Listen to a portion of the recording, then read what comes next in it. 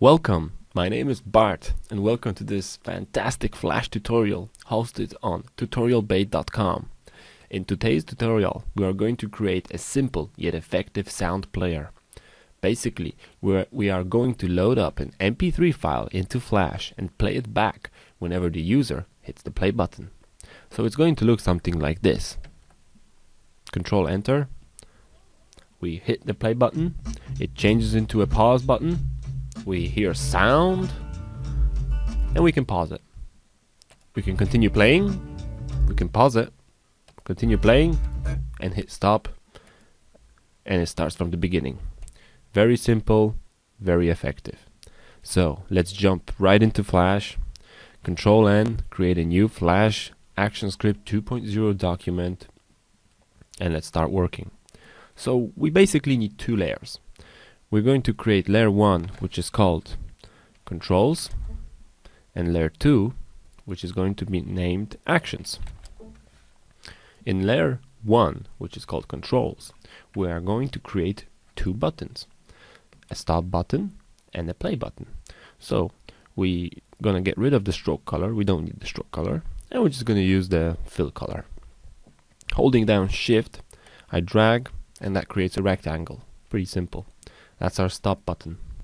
So holding the Alt key, I'm dragging over now this button. Sorry, try again, Alt.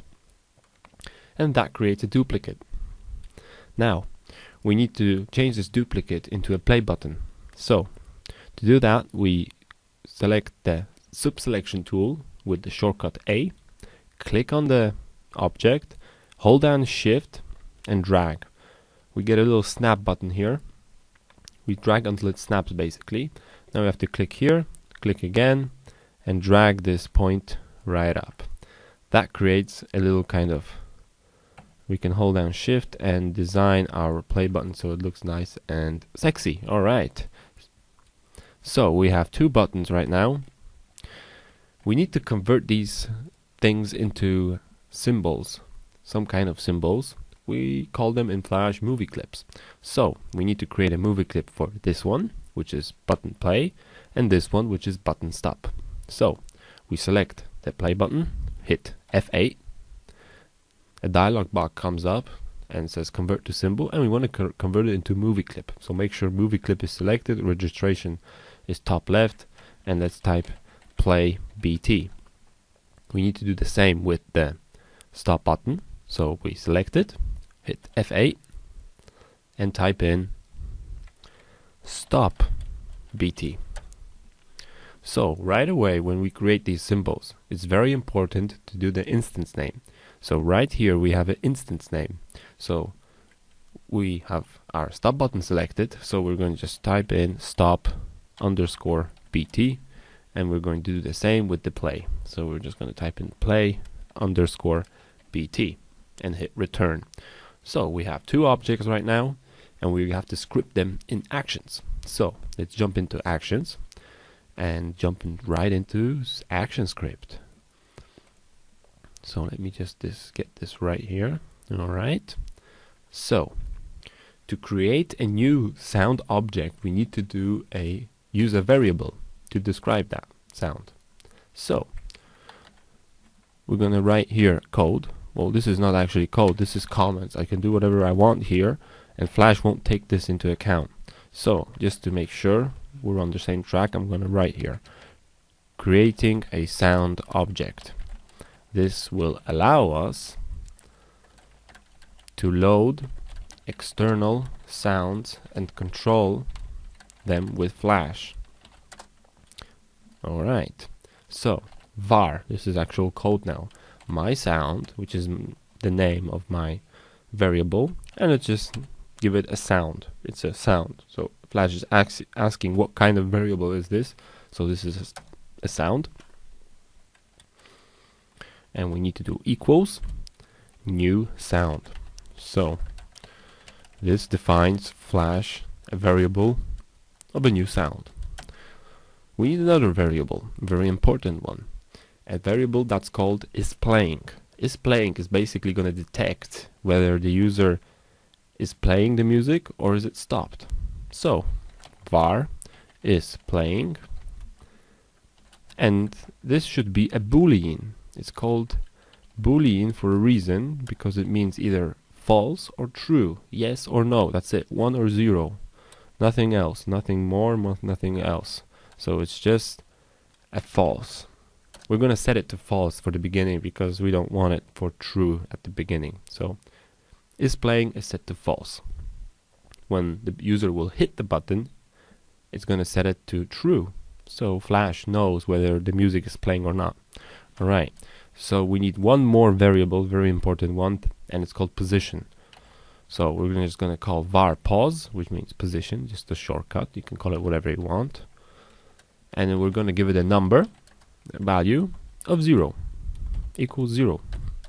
That's it. So we have 3 variables, and we have to write now the codes for each of our buttons.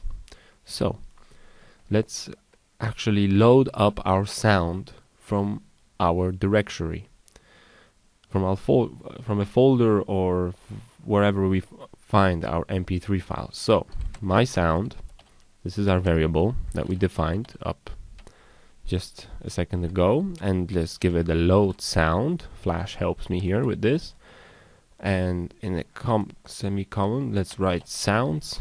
This is just my folder, and music.mp3, which is my file that I'm gonna play, and just set it to true. So this just loads it up, and it actually plays right. It should play if I hit Control Enter. No, it doesn't play because it doesn't know where the file is. That's very important. We have to save the Flash file exactly so it corresponds to the location of our MP3 file. Jump into actions. So let's save our file. Hit Control S and just call it sound object 2 or sound object 1, doesn't matter. So if we hit Control Enter now, it automatically plays the sound. That's not what we want. We want to control it. So let's close it, and the first thing we want to do is actually stop it so it doesn't play. So let's write my sound dot stop. Alright, so if you hit Control Enter, it should just be quiet. Nothing's happening. Good. Let's write the code now. So if we want these things to be clickable, we have to write an onRelease function. So let's start with the play. So play BT, which is the button, the instance name of the button, onRelease equals function. And this function is going to have inside some code. What code? Well, we have to tell it.